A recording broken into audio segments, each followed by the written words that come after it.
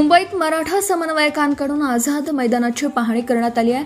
मनोज जरांगे पाटील यांच्या आंदोलनाच्या पार्श्वभूमीवर आझाद मैदानाची पाहणी करण्यात आली। मनोज जरांगे पाटील यांनी पुन्हा एकदा मुंबईत येण्याचा इशारा दिला। त्या पार्श्वभूमीवर आता मराठा समन्वयकांकडून आझाद मैदानाची पाहणी करण्यात आली। गेल्या वर्षी गणेशोत्सवाच्या काळातच मनोज जरांगे पाटील यांनी मुंबईमध्ये येऊन मोठं आंदोलन केलं होतं। त्यावेळी आझाद मैदानासोबतच मुंबईच्या रस्त्यांवर देखील मराठा समाजाची ताकद पाहायला मिळाली होती।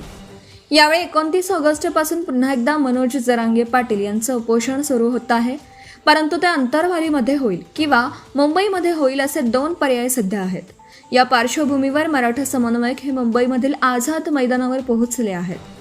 मनोज जरांगे पाटील यांनी दिलेल्या आंदोलन इशाऱ्याच्या पार्श्वभूमीवर शिष्टमंडळांकडून आझाद मैदानाची पाहणी करण्यात आली आहे।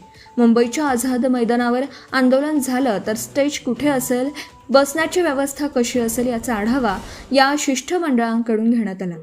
यानंतर आता चर्चा करून मनोज जरांगे पाटील हे आपल्या उपोषणाचं स्थळ ठरवणार आहेत। मनोज जरांगे पाटील हे अंतरवाली सराटीमध्येच उपोषण करणार असल्याची माहिती समोर येत आहे। मात्र तरी देखील पर्याय म्हणून आंदोलनासाठी मुंबईचा देखील विचार सुरू आहे। यापूर्वीच त्यांनी मुंबईमध्ये येण्याचा इशारा दिला होता। मनोज जरांगे पाटील यांच्या इशाऱ्यानंतर आता हालचालींना वेग आला असून मराठा समन्वयकांकडून आझाद मैदानाची पाहणी करण्यात आली। गेल्या वेळी देखील मनोज जरांगे पाटील यांनी मुंबईत आंदोलन केलं होतं। मराठा बांधवांकडून मुंबईत चक्काजाम आंदोलन करण्यात आलं।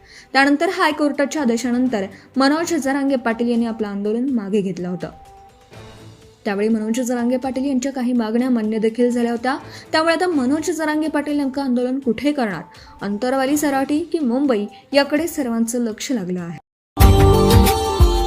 Subscribe now and press the bell icon. Never miss an update.